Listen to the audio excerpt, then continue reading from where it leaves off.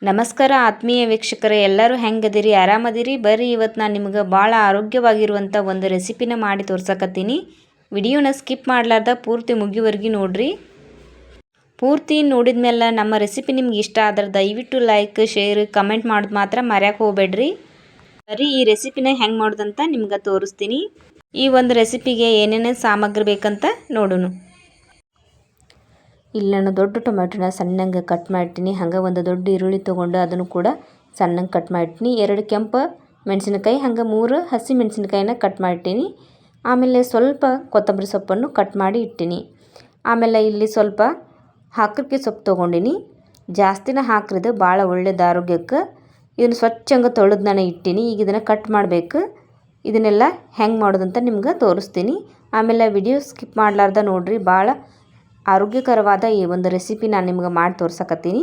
ಹಾಗೆ ಇಲ್ಲಿ ನೋಡಿರಿ, ತೊಗರಿಬೇಳೆ ನೆನೆಸಿ ಇಟ್ಟಿದ್ದು ನಾನು ಒಂದು ಅರ್ಧ ಗಂಟೆ ಆಗಿತ್ತು. ಅರ್ಧ ಗಂಟೆ ನೆನೆದ್ರೆ ಸಾಕು. ತೊಗರಿಬೇಳೆ ಅಥವಾ ಹೆಸರು ಬೇಳೆ ಕೂಡ ನೀವು ಹಾಕ್ಬೋದು, ಅಥವಾ ಅಲಸಂದಿ ಬೇಳೆ ಕೂಡ ನೀವು ಹಾಕ್ಬೋದು. ನೋಡಿರಿ, ಈಗ ಈ ತೊಗರಿಬೇಳೆ ನೆನೆದಾವು. ಈಗ ಇದನ್ನು ಪಲ್ಯ ಹೆಂಗೆ ಮಾಡೋದು ಅಂತ ನಿಮ್ಗೆ ತೋರಿಸ್ತೀನಿ. ಬರ್ರಿ. ಸ್ಟವ್ ಆನ್ ಮಾಡಿ ಒಲೆ ಮೇಲೆ ಒಂದು ಪಾತ್ರೆ ಇಟ್ಟಿನಿ. ಪಾತ್ರೆ ಸ್ವಲ್ಪ ಬಿಸಿ ಆಗೈತಿ. ಅದಕ್ಕೆ ಅಡುಗೆ ಎಣ್ಣೆನ ಹಾಕಿನಿ. ಅಡುಗೆ ಎಣ್ಣೆ ಯಾವುದಾದ್ರೂ ಆಗ್ಬೋದು. ಎಣ್ಣೆ ಕಾದ್ಮೇಲೆ ಇದಕ್ಕೆ ಸ್ವಲ್ಪ ಸಾಸಿವೆ ಹಾಕ್ತೀನಿ. ಸ್ವಲ್ಪ ಅಂದರೆ 1 ಟೀ ಸ್ಪೂನಷ್ಟು ಸಾಸಿವೆ ಚಟಪಟ ಅಂದಮೇಲೆ ಸಾಸಿವೆ ಹಾಕಿದ್ಮ್ಯಾಗ ಜೀರಿಗೆ ಹಾಕಬೇಕು. ಒಂದು ಅರ್ಧ ಟೀ ಸ್ಪೂನಷ್ಟು ಜೀರಿಗೆ ಹಾಕಿನಿ. ಸಾಸಿವೆ ಜೀರಿಗೆ ಚಟಪಟ ಅಂದಮೇಲೆ ನಾವು ಹೆಚ್ಚಿಟ್ಟಂಥ ಮೆಣಸಿನ್ಕಾಯಿ ಹಾಕಿದ್ಮೇಲೆ ಹಂಗೆ ಈರುಳ್ಳಿನೂ ಹಾಕಬೇಕು. ಈರುಳ್ಳಿ ಮತ್ತು ಮೆಣಸಿನ್ಕಾಯಿ ಹಾಕಿ ಚೆಂದಂಗೆ ಸಾಫ್ಟ್ ಆಗುವವರೆಗೆ ಇದನ್ನು ಫ್ರೈ ಮಾಡಬೇಕು. ಈ ಒಂದು ಹಾಕರ್ಕಿ ಪಲ್ಯ ಐತೆ ನೋಡ್ರಿ, ಭಾಳ ಅಂದ್ರೆ ಭಾಳ ಆರೋಗ್ಯಕ್ಕೆ ಒಳ್ಳೆಯದು. ಈ ಒಂದು ಹಾಕರ್ಕಿ ಪಲ್ಯ ತಿನ್ನೋದ್ರಿಂದ ಸುಸ್ತು, ಆಯಾಸ ಮತ್ತು ರಕ್ತಹೀನತೆ ಇದೆಲ್ಲ ಹೋಕ್ಕೈತಿ. ಹಾಗಾಗಿ ಹಾಕರ್ಕಿನ ನೀವು ಡೈಲಿ ತಿನ್ನಿರಿ, ಆರೋಗ್ಯಕ್ಕೆ ಭಾಳ ಒಳ್ಳೆಯದು. ಈರುಳ್ಳಿ ಚೆಂದಂಗೆ ಬೆಂದು ಫ್ರೈ ಆಗಬೇಕು. ಈರುಳ್ಳಿ ಚೆಂದಂಗೆ ಬೆಂದು ಫ್ರೈ ಆದಮೇಲೆ ಇದಕ್ಕೆ ಒಂದು ಅರ್ಧ ಟೀ ಸ್ಪೂನಷ್ಟು ಅರಿಶಿನ ಹಾಕ್ತೀನಿ. ಆಮೇಲೆ ಇದಕ್ಕೆ ಸ್ವಲ್ಪ ಮಸಾಲ ಪುಡಿನ 1 ಚಮಚದಷ್ಟು ಮಸಾಲ ಪುಡಿನ ಹಾಕ್ತೀನಿ. ಇದನ್ನು ಬೇಕಂದ್ರೆ ಹಾಕ್ರಿ, ಬ್ಯಾಡ್ ಅಂದರೆ ಸ್ಕಿಪ್ ಮಾಡ್ಬೋದು. ಹಾಕಲೇಬೇಕಂತ ಏನಿಲ್ಲ. ಇದಕ್ಕೆ 1 ಟೀ ಸ್ಪೂನಷ್ಟು ಧನಿಯಾ ಪುಡಿ, ಆಮೇಲೆ ರುಚಿಗೆ ತಕ್ಕಷ್ಟು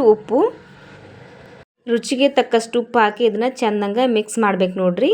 ಮಿಕ್ಸ್ ಮಾಡಿದ್ಮೇಲೆ ಇದ್ರ ಜೊತೆಗೇ ನಾವು ಕಟ್ ಮಾಡಿಟ್ಟಿದ್ವಲ್ಲ ಆ ಟೊಮೆಟೊ ಹಾಕಿ ಚೆಂದಂಗೆ ಇದನ್ನು ಕಲಿಸ್ಬೇಕು.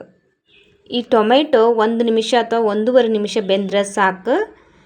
ಇದನ್ನು ಫ್ರೈ ಮಾಡಿದ್ಮೇಲೆ ಇದಕ್ಕೆ ನಾನು ಕಟ್ ಮಾಡಿಟ್ಟಂಥ ಕೊತ್ತಂಬರಿ ಸೊಪ್ಪನ್ನು ಹಾಕ್ತೀನಿ. ನೋಡಿರಿ, ಭಾಳ ಸುಲಭವಾಗಿ, ಸರಳವಾಗಿ, ಅತ್ಯಂತ ರುಚಿಕರವಾಗಿ ನಾವು ಮನೆಯಾಗನೇ ಈ ಥರ ಪಲ್ಯ ಮಾಡ್ಬೋದು. ಹಸಿ ಒಂದು ಈ ತರಕಾರಿ ತಿನ್ನಕ್ಕೆ ಯಾರಿಗೆ ಆಗಂಗಿಲ್ಲ, ಅವರು ಈ ಥರ ಪಲ್ಯ ಮಾಡಿಕೊಂಡು ತಿನ್ಬೋದು. ಹಸಿಯಾಗಿ ತಿಂದ್ರಂತೂ ಭಾಳ ಒಳ್ಳೆಯದು. ಈ ಹಾಕರ್ಕಿ ಪಲ್ಯ ನಮ್ಮ ಕಡೆ ಭಾಳ ಸುಲಭವಾಗಿ ಫ್ರೀಯಾಗಿ ಸಿಗ್ತೈತೆ ರೀ. ಎಲ್ಲರೂ ಹೊಲೊಳಗೆ ಈ ಒಂದು ಹಾಕರ್ಕಿ ಸಿಗ್ತೈತಿ ಹಳ್ಳಿಗಳಲ್ಲಿ. ಸಿಟಿಗಳಲ್ಲಿ ಇದನ್ನು ದುಡ್ಡು ಕೊಟ್ಟು ಕೊಂಡುಕೊಂಡು ತಿಂತಾರೆ. ಅಂದ್ರೆ ಅಷ್ಟು ಒಳ್ಳೇದಿದ್ದು ಆರೋಗ್ಯಕ್ಕೆ.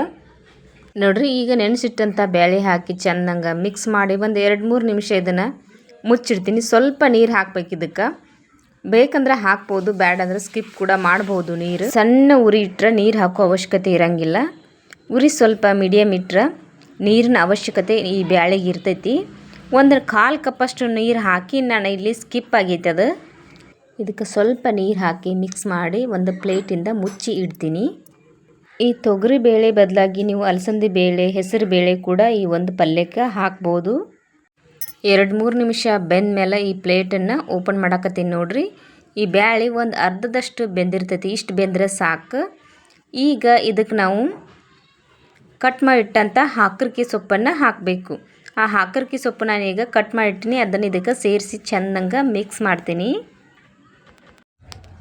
ಮಿಕ್ಸ್ ಮಾಡಿದ್ಮೇಲೆ ಒಂದು ನಿಮಿಷ ಇದನ್ನು ಮುಚ್ಚಿ ಇಡಬೇಕಾಕತಿ. ಇಷ್ಟ ನೋಡ್ರಿ, ಜಾಸ್ತಿ ಟೈಮ್ ಬೇಕಾಗಂಗಿಲ್ಲ. ಈ ಸೊಪ್ಪು ಜಾಸ್ತಿ ಬೇಯಿಸೋದು ಬೇಕಾಗಿಲ್ಲ. ಇದನ್ನು ಹಸಿಯಾಗಿ ತಿಂದ್ರೇ ಭಾಳ ಒಳ್ಳೆಯದು.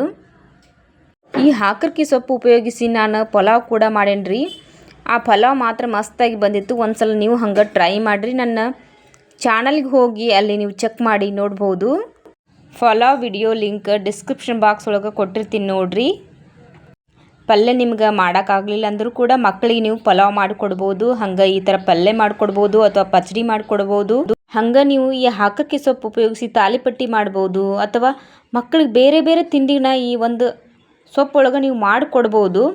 ಅದ್ಭುತವಾಗಿರ್ತೈತಿ. ಆರೋಗ್ಯಕ್ಕಂತೂ ಹೇಳಿ ಮಾಡಿಸಿದಂಥ ಒಂದು ಸೊಪ್ಪು ನೋಡ್ರಿ ಇದು. ಹಳ್ಳ್ಯಾಗಂತೂ ಈ ಒಂದು ಸೊಪ್ಪು ಭಾಳ ಸುಲಭವಾಗಿ ನಮ್ಗೆ ಕೈಗೆ ಸಿಗ್ತೈತಿ. ಎಲ್ಲ ಹೊಲದಲ್ಲೂ ಬೆಳೆದಿರ್ತೈತಿ ರೀ ಇದು. ಈಗ ನೋಡ್ರಿ ನಾ ಇದನ್ನು ಮುಚ್ಚಿ ಇಡ್ತೀನಿ. ಹಂಗೆ ಈ ರೆಸಿಪಿ ನೋಡ್ತಾ ನಿಮ್ಗೆ ನಮ್ಮ ರೆಸಿಪಿ ಏನಾದರೂ ಇಷ್ಟ ಆದ್ರೆ ದಯವಿಟ್ಟು ನಮ್ಮ ಚಾನಲ್ನ ಸಬ್ಸ್ಕ್ರೈಬ್ ಮಾಡ್ಕೊಂಡು ನೋಡಿರಿ. ಹಂಗೆ ನಿಮ್ಮ ಸ್ನೇಹಿತರಿಗೆ ಮತ್ತು ನಿಮ್ಮ ಕುಟುಂಬದವರಿಗೆ ಈ ವಿಡಿಯೋನ ಶೇರ್ ಮಾಡಿರಿ. ಮರಿಲಾರ್ದ ಒಂದು ಲೈಕ್ ಕೊಡ್ರಿ. ಈ ಒಂದು ರೆಸಿಪಿ ನೋಡ್ತಾ ನಿಮ್ಮ ತಲೆಯಲ್ಲಾದರೂ ಇನ್ನೂ ಏನಾದರೂ ಈ ಒಂದು ಸೊಪ್ಪೊಳಗೆ ವೆರೈಟಿ ಮಾಡ್ಬೋದಂದ್ರೆ ಕಮೆಂಟ್ ಮಾಡಿ ತಿಳಿಸ್ರಿ. ಅದನ್ನು ನಾನು ಟ್ರೈ ಮಾಡಿ ನಿಮ್ಗೆ ತಿಳಿಸ್ತೀನಿ. ಈ ಹಾಕರ್ಕಿ ಸೊಪ್ಪು ಹಸಿಯಾಗಿ ತಿನ್ನಕ್ಕೆ ನಮ್ಗೆ ಇಷ್ಟ ಇಲ್ಲ ಅನ್ನೋರು ಈ ಥರ ಪಲ್ಯ ಮಾಡಿಕೊಂಡು ತಿನ್ಬೋದು. ಇದಂತೂ ಎಲ್ಲರಿಗೂ ಇಷ್ಟ ಆಕತ್ರಿ. ಹಂಗೆ ವಯಸ್ಸಾದವ್ರಿಗೆ ಈ ಥರ ಒಂದು ನೀವು ಪಲ್ಯ ಮಾಡಿಕೊಟ್ರೆ ಖಂಡಿತ ಅವರು ತಿಂತಾರೆ. ಆಮೇಲೆ ಹೊಟ್ಟೆಗೆ ಕೂಡ ಅವ್ರಿಗೆ ಸರಿಯಾಗಿ ಜೀರ್ಣ ಕೂಡ ಆಕತಿ, ಸಾಫ್ಟಾಗಿ ಬೇಯಿಸ್ಕೊಟ್ರೆ. ನೋಡ್ರಿ ನಾನು ಮಾಡಿದಂಥ ಪಲ್ಯ ಹೆಂಗೆ ಬಂದೈತಂತ ದಯವಿಟ್ಟು ತಿಳಿಸ್ರಿ. ಮತ್ತು ನೀವು ಹಿಂಗೆ ಟ್ರೈ ಮಾಡಿ ನೋಡ್ರಿ. ಈ ಒಂದು ಪಲ್ಯನ ನೀವು ಚಪಾತಿ, ರೊಟ್ಟಿ ಎಲ್ಲದರ ಜೊತೆಗೂ ಹಾಕ್ಕೊಂಡು ತಿನ್ಬೋದು. ಆದರೆ ನಾನಿಲ್ಲಿ ಚಪಾತಿ ಜೊತೆ ಈ ಒಂದು ಪಲ್ಯ ತಿನ್ನಾಕತ್ತೀನಿ. ಮಸ್ತಾಗೈತಿ. ನಮ್ಮ ರೆಸಿಪಿ ನೋಡಿದ ಮೇಲೆ ನಿಮ್ಗೆ ಏನು ಅನಿಸ್ತಂತ ದಯವಿಟ್ಟು ಕಮೆಂಟ್ ಮಾಡಿ ತಿಳಿಸ್ರಿ. ಹಂಗೆ ನಿಮ್ಮ ಸಮಯವನ್ನು ಕೊಟ್ಟು ಇದುವರೆಗೆ ನಮ್ಮ ರೆಸಿಪಿ ನೋಡಿದ್ದಕ್ಕಾಗಿ ತುಂಬ ಧನ್ಯವಾದಗಳು.